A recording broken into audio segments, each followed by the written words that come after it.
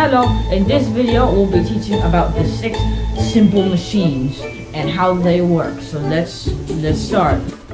So the first simple machine that we have here is an inclined plane. This is basically a normal plane. The only thing different is that this one is a slope. And because it's a slope, gravity forces it to move downwards, causing it to roll down the thing. That's inclined plane. Next up, we have a wedge. Lots of things use wedge. For example, scissors, knives, or axes. But I don't have an axe, so we'll just use scissors. Wedges are basically flat objects, but they're just sharpened at the end, so we can cut through things easier. Like this. You see this mask? See that? Wedges are also used to stop doors.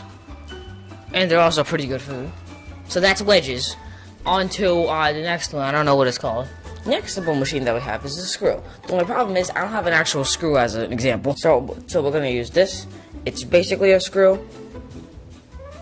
So what screws do is that it converts the rotational force of the screw into linear force, like up or down. For example, like the more you twist the screw, the further it goes down, clamping the two objects or whatever you're doing together. Or next one.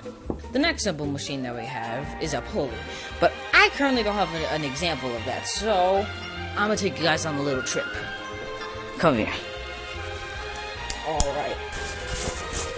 Alright, time lapse to the example of a pulley.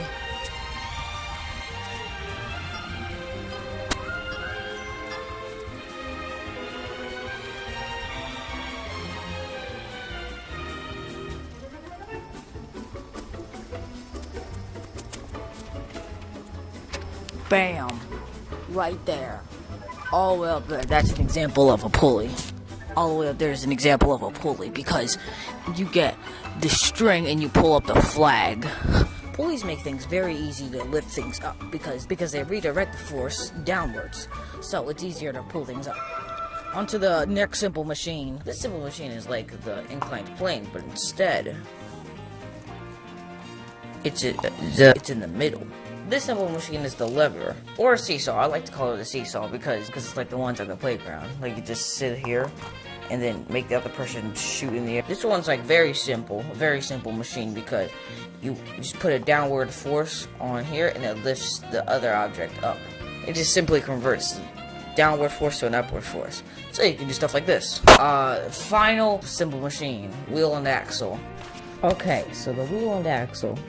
When you push something that's too heavy, you got the gravitational force and the frictional force stopping you from doing that. But with the wheel and axle, you can easily overcome those. But like, this is a toy car. Say Musket. If Musket had wheels, I would be able to push him across the table. So the wheel and axle just makes it easier to like move heavier things around. It takes away the friction of this object and moves it to the wheels, making it just that much easier to move the toy truck. Like imagine if Musket had wheels. Well, that's 6 simple machines and how they work. See you next time.